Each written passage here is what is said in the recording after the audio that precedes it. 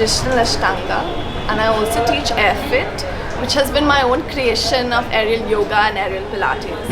I also teach yoga lattes, which is a blend of mat yoga and mat Pilates.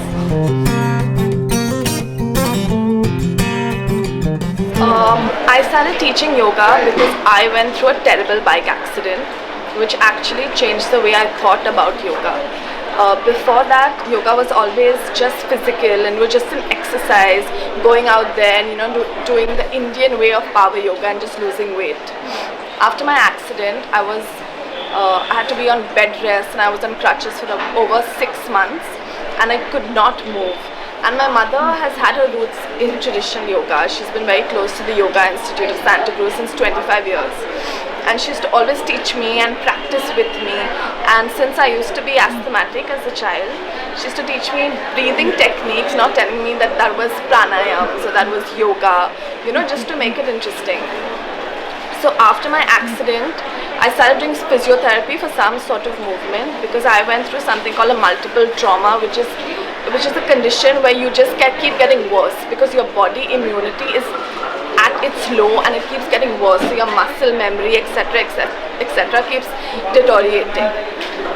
So that's when I started practicing yoga and I went ahead and got certified just to understand what I was doing. I just didn't want to get into a forward fold and touch my toes, not knowing what anatomy I'm using, why I'm doing a certain thing, why I'm doing a Surya Namaskar. I did that for a few years and I was teaching and I came across Pilates.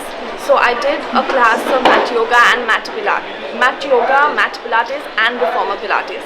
And I realized that both of them were so different but equally challenging. Then I came across a class that did a blend of the two and I knew that's exactly what I need to do because I felt like it complemented each other. Yoga and Pilates goes so well together and I don't have those extra hours to put in to give that 1 hour of yoga and 1 hour of Pilates.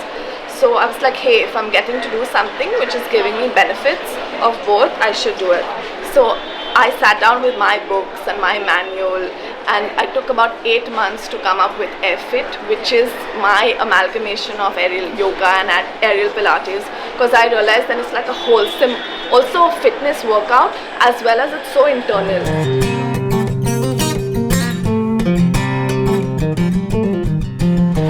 So essentially the difference between aerial yoga or any other mat yoga is obviously you're suspended, so your core is active at all times.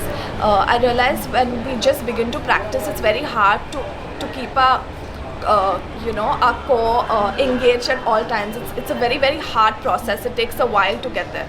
But immediately when you're onto that hammock and you step onto it, because of your balance, your core is already engaged. So that's one big benefit that I see.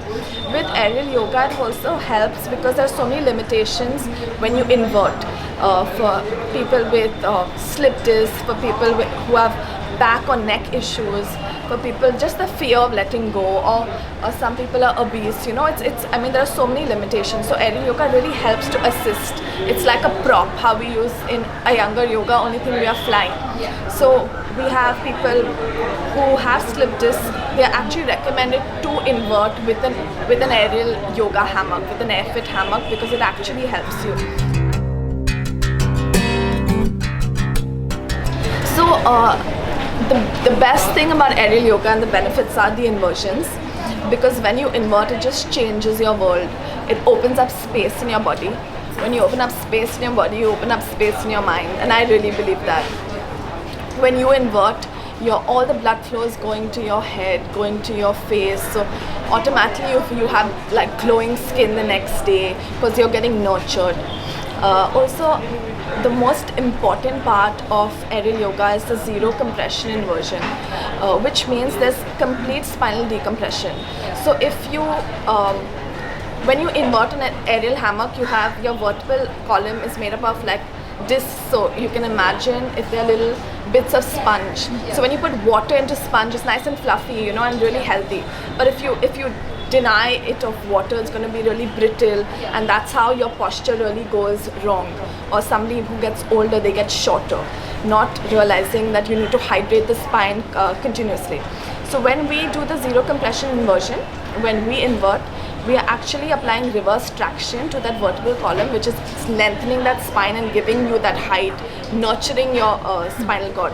So even when people have slip disc, they actually do this practice to realign the spine. So that's really, really fantastic. It also increases the neuroplasticity of the brain, which is, and the proprioceptive, your receptors. So you're thinking quicker, you're getting nurtured quicker, and you're reacting quicker. So it's so much. And there's a happy hormone cocktail, which I always tell my students. There's adrenaline, serotonin, endorphins just getting released. So it's a power pack workout, but it's also a very healthy internal workout.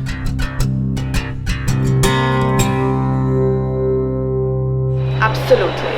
In fact, I've had beginners in fitness, not even in yoga, beginners who've not done anything. They haven't done a single Surya Namaskar or haven't even walked, but they've just looked at the hammock and thought it was fun and come in to try a class, and they've loved it. So I feel like, every level can do it.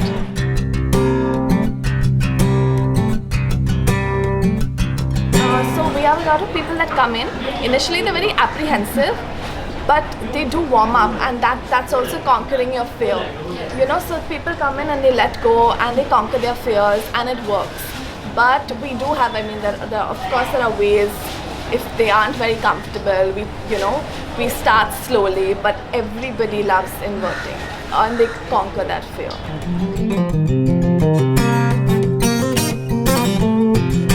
So I have my studio at a Bandra, and I'm on Facebook, Instagram, Twitter at AnshukaYoga, and my Facebook page is AnshukaYoga. Usually that's where my schedules are put up. I also do a class out of Lokhandwala at a gym called Bodyholics, but I only do my yoga lattes class there.